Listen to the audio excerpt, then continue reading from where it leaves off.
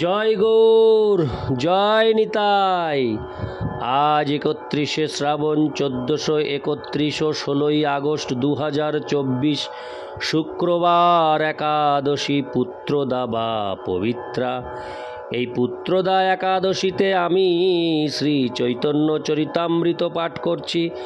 আজ আমি পাঠ করছি শ্রী চৈতন্য চরিতামৃতের আদি লীলা সপ্তম অধ্যায় পঞ্চতত্ত্বাখ্যান নিরূপণের শ্লোক 92 থেকে 97।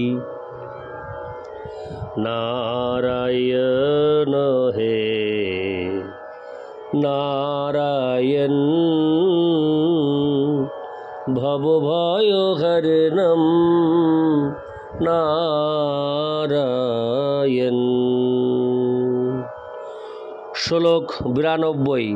নাচো গাও ভক্ত সঙ্গে করো সংকীর্তন, কৃষ্ণ নাম উপদেশী তার সর্বজন। শ্লোকার্থ: বৎস, নাচো গাও এবং ভক্ত সঙ্গে সংকীর্তন করো। তাছাড়া তুমি কৃষ্ণ নাম সংকীর্তন করার মহিমা সম্পর্কে সকলকে উপদেশ দাও, কেননা এভাবেই তুমি সমস্ত অধঃপতিত জীবদের উদ্ধার করতে পারবে। তাৎপর্য: গুরুদেব চান যে তার শিষ্যরা বিধি নিষেধগুলি পালন করে কেবলমাত্র নৃত্য কীর্তন করুক, তাই নয়, সেই সঙ্গে তারা যেন জীবকে জড় জগতের বন্ধন থেকে মুক্ত করার জন্য সংকীর্তন আন্দোলন প্রচারও করুক। কেননা কৃষ্ণ ভাবনামৃত আন্দোলনের ভিত্তি হচ্ছে নিজে ভগবদ ভক্তি আচরণ করে অপরের মঙ্গলের জন্য তা প্রচার করা। দুই প্রকার ঐকান্তিক ভক্ত রয়েছেন: গোষ্ঠানন্দী ও ভজনানন্দী। যারা কেবল নিজের জন্য ভগবদ ভক্তির অনুশীলন করে সন্তুষ্ট থাকেন তাদের বলা হয় ভজনানন্দী। আর যারা কেবল ভক্তি মার্গে নিজেদের সিদ্ধিলাভ করেই সন্তুষ্ট নন, পক্ষান্তরে অপরকেও ভগবানের দিব্য নাম কীর্তন করার মাধ্যমে পারমার্থিক পথে অগ্রসর হতে দেখতে চান, তাদের বলা হয় গোষ্ঠানন্দী। গোষ্ঠানন্দীর একটি সুন্দর দৃষ্টান্ত হচ্ছেন প্রহ্লাদ মহারাজ।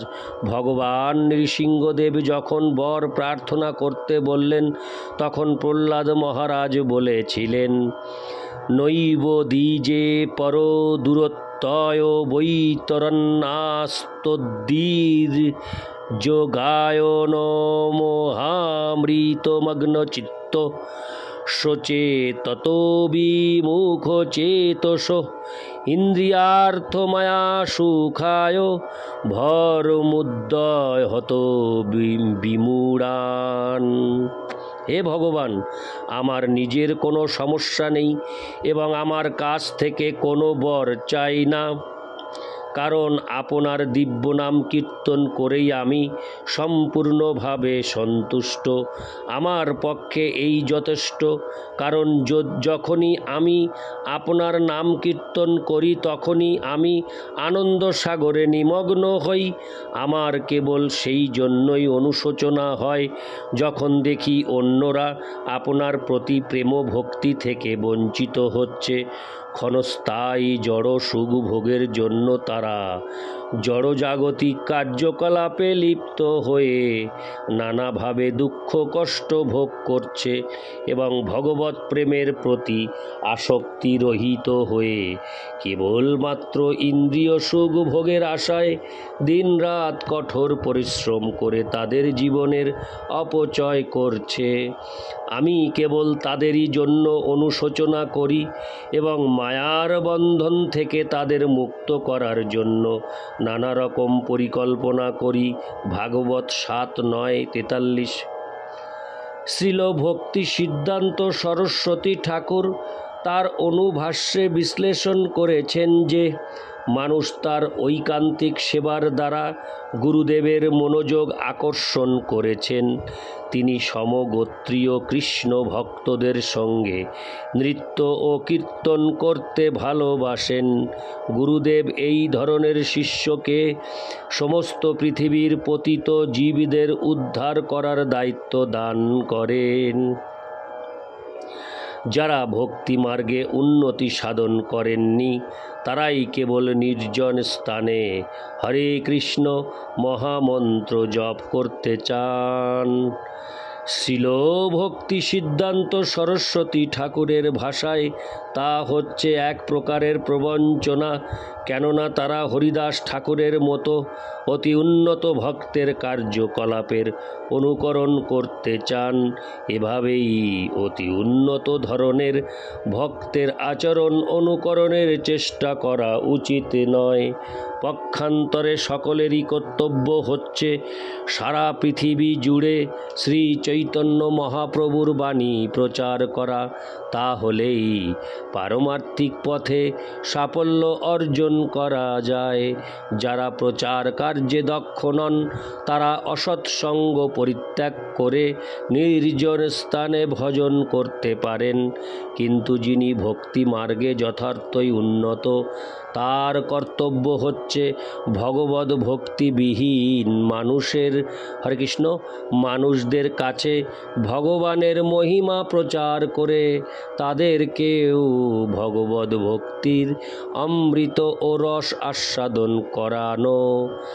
ভক্ত অভক্তদের সঙ্গদান করেন, কিন্তু তাদের দ্বারা কখনো প্রভাবিত হন না। এভাবেই শুদ্ধ ভক্তের সঙ্গ প্রভাবে এমন কি ভগবদ ভক্তিহীন জীবেরা ভগবানের ভক্তে পরিণত হওয়ার সুযোগ পান। এই সম্পর্কে শ্রীল ভক্তি সিদ্ধান্ত সরস্বতী ঠাকুর শ্রীমদ্ ভাগবতের নৈতৎ সমাচরে জাতু মনসাপি হন্নিশ্বর 10:33-30 এবং ভক্তি রসামৃত সিন্ধুর পূর্ব 2:255 নিম্নলিখিত শ্লোকটি আলোচনা করতে উপদেশ দিয়েছেন। অনাসক্তস্য বিষয়ান যথার্হমুপযুঞ্জত নির্বন্ধ কৃষ্ণ সম্বন্ধে যুক্তং বৈরাগ্যমুচ্যতে।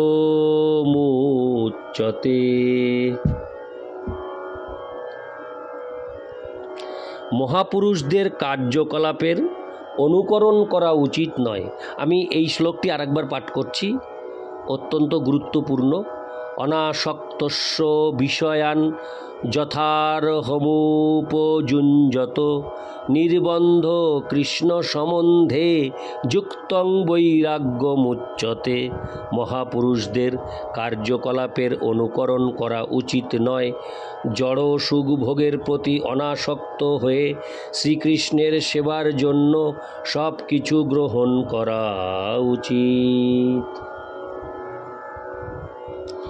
ইতি শ্লোক 92। শ্লোক 93।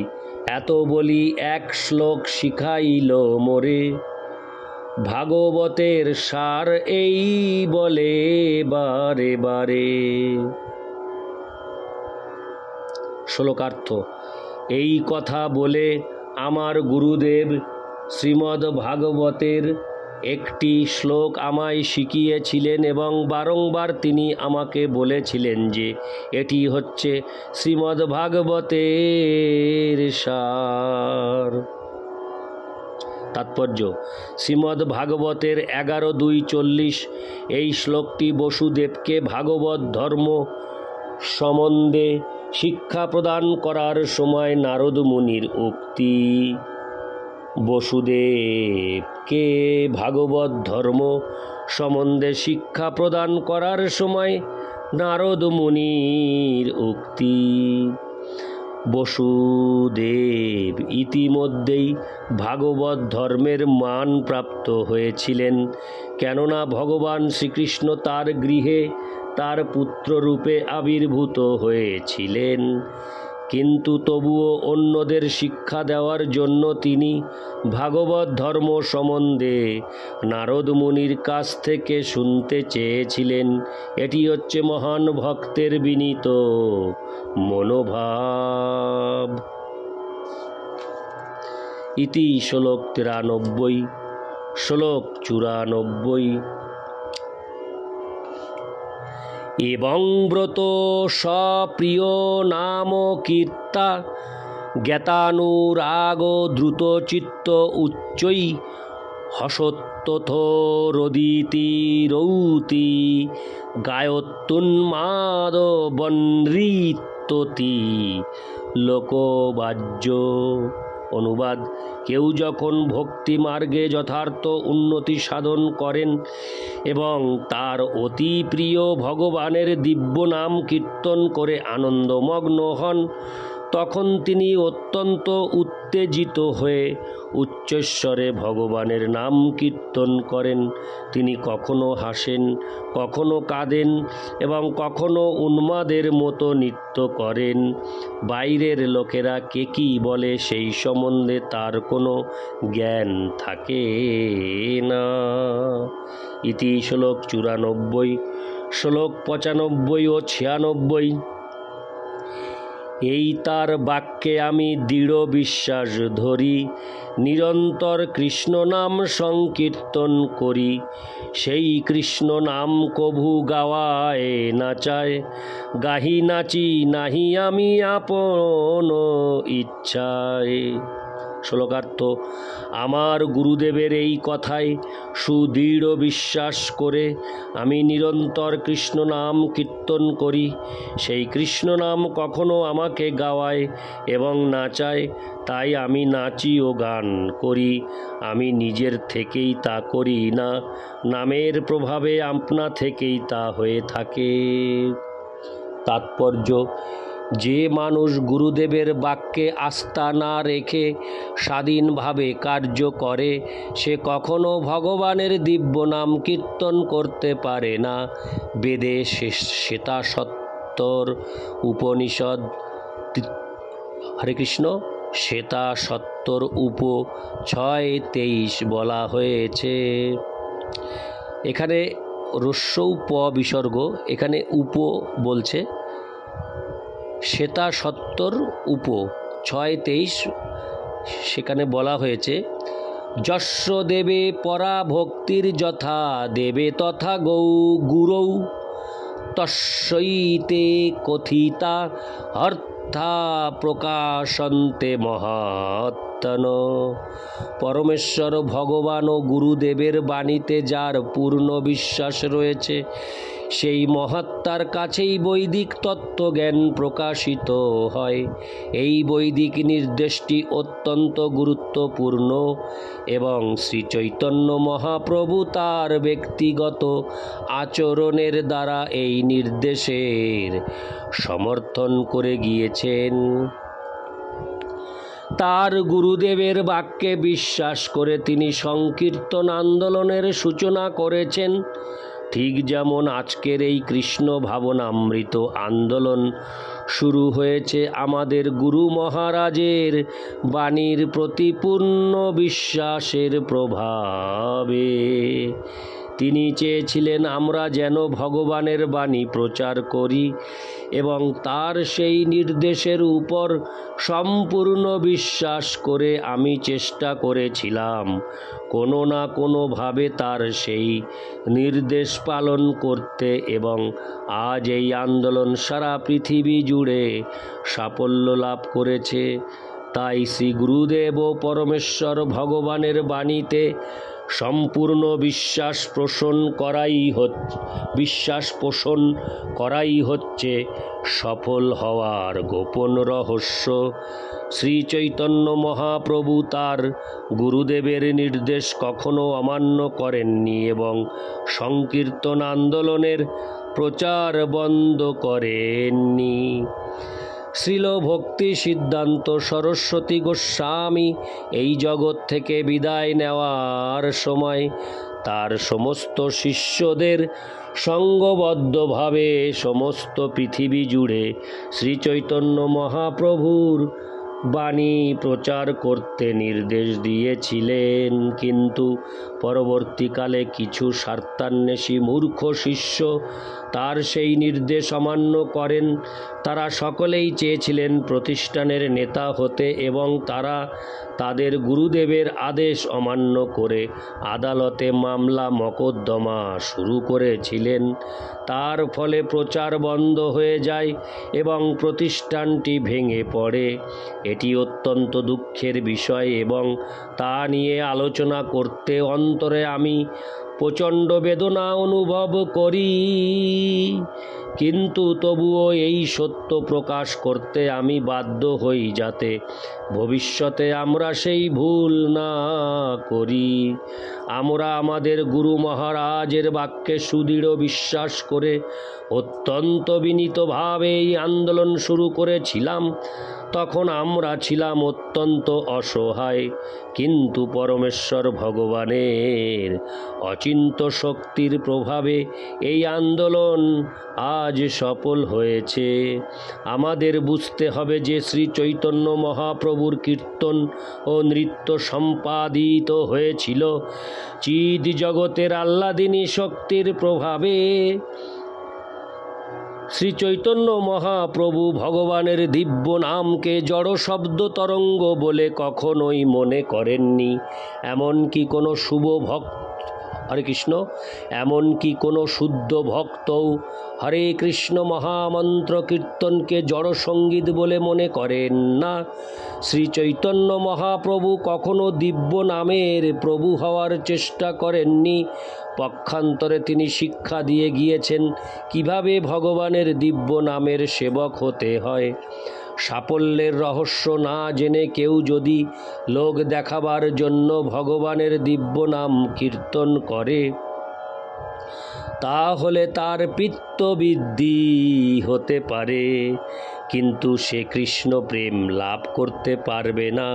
শ্রী চৈতন্য মহাপ্রভু ঐকান্তিক বিনয়ের সঙ্গে বলেছিলেন, আমি অত্যন্ত মূর্খ এবং ভালো মন্দ বিচার করার জ্ঞান আমার নেই। বেদান্ত সূত্রের প্রকৃত অর্থ হৃদয়ঙ্গম করার জন্য আমি কখনো শঙ্কর সম্প্রদায় বা মায়াবাদী সন্ন্যাসীদের ব্যাখ্যা অনুসরণ করিনি। মায়াবাদী দার্শনিকদের যুক্তিহীন তর্কের প্রতি আমি অত্যন্ত ভীত, তাই তাদের বেদান্ত সূত্রের ব্যাখ্যায় কোনো প্রামাণিকতা রয়েছে বলে আমি মনে করি না। আমি ঐকান্তিকভাবে বিশ্বাস করি যে কেবল ভগবানের দিব্য নাম কীর্তন করার ফলে জড় জগতের সমস্ত ভ্রান্ত ধারণার অবসান হয়। আমি বিশ্বাস করি কেবলমাত্র ভগবানের দিব্য নাম কীর্তন করার ফলে ভগবানের শ্রীপাদ ও পদ্মের আশ্রয় লাভ করা যায়। এই কলহ ও মতভেদের যুগে ভগবানের দিব্য নাম কীর্তনই হচ্ছে জড় জগতের বন্ধন থেকে মুক্ত হওয়ার একমাত্র উপায়। শ্রী চৈতন্য মহাপ্রভু আরও বলেছিলেন, ভগবানের নাম কীর্তনের ফলে আমি উন্মাদের মতো হয়ে গিয়েছি, কিন্তু আমার গুরুদেবের কাছে অনুসন্ধানের পর আমি জানতে পেরেছি যে জড়জাগতিক সুখ ভোগের আশায় ধর্ম অনুশীলন অর্থাৎ ধর্ম, অর্থনৈতিক উন্নতি অর্থাৎ অর্থ, ইন্দ্রিয় সুখভোগ অর্থাৎ কাম এবং জড়জগতের বন্ধন থেকে মুক্তি অর্থাৎ মোক্ষ, এই চতুর্বর্গ লাভের প্রচেষ্টা না করে যেভাবেই হোক ভগবৎ প্রেমের বিকাশ করাই হচ্ছে জীবনের পরম মঙ্গল। চতুর্বর্গের ঊর্ধ্বে এই পঞ্চম পুরুষার্থ লাভই হচ্ছে জীবনের পরম সাফল্য। যিনি এই ভগবৎ প্রেম লাভ করেছেন, তিনি লোকে কি বলে না বলে তার অপেক্ষা না করে স্বতঃস্ফূর্তভাবে নৃত্য কীর্তন করেন। জীবনের এই অবস্থাকে বলা হয় ভাগবত জীবন বা ভক্ত জীবন। শ্রী চৈতন্য মহাপ্রভু আরও বলেছিলেন, লোক দেখানোর জন্য আমি নিত্য কীর্তন করি না। গুরুদেবের বাণীতে দৃঢ় বিশ্বাস করে আমি নৃত্য কীর্তন করি। মায়াবাদী দার্শনিকেরা যদিও এই নৃত্য কীর্তন পছন্দ করেন না, কিন্তু তবুও গুরুদেবের বাক্যে দৃঢ় নিষ্ঠা সহকারে আমি তা করে যাই। অতএব এই নৃত্য কীর্তনে আমার কোনো কৃতিত্ব নেই, কেননা পরমেশ্বর ভগবানের কৃপার প্রভাবে তা আপনা থেকেই সম্পাদিত হচ্ছে। ইতি শ্লোক 96। শ্লোক 97। কৃষ্ণ নামে যে আনন্দ সিন্ধু আস্বাদন, ব্রহ্মানন্দ তার আগে খাতদক্ষম। শ্লোকার্থ: হরে কৃষ্ণ মহামন্ত্র কীর্তন করার ফলে যে আনন্দামৃত সিন্ধু আস্বাদন করা যায়, তার তুলনায় ব্রহ্মানন্দ হচ্ছে অগভীর খাদের জলের মতো। তাৎপর্য: ভক্তিরসামৃত সিন্ধুতে পূর্ব 1:38 বর্ণনা করা হয়েছে। ব্রহ্মানন্দ ভবেদেশ চেত পরার্ধগুণীকৃত নৈতি ভক্তি সুকাম্বোধে পরমাণুতুলামপি। নির্বিশেষ ব্রহ্মকে উপলব্ধি করার ফলে যে ব্রহ্মানন্দ বা চিন্ময় আনন্দ অনুভব করা যায়, তাকে যদি পরার্ধগুণ বর্ধিত করা যায়, তাহলেও তা শুদ্ধ ভগবদ ভক্তির এক আণবিক কণার সমতুল্য হতে পারে না। ইতি শ্লোক 97। নারায়ণ হে নারায়ণ ভবভয়হরণম নারায়ণ।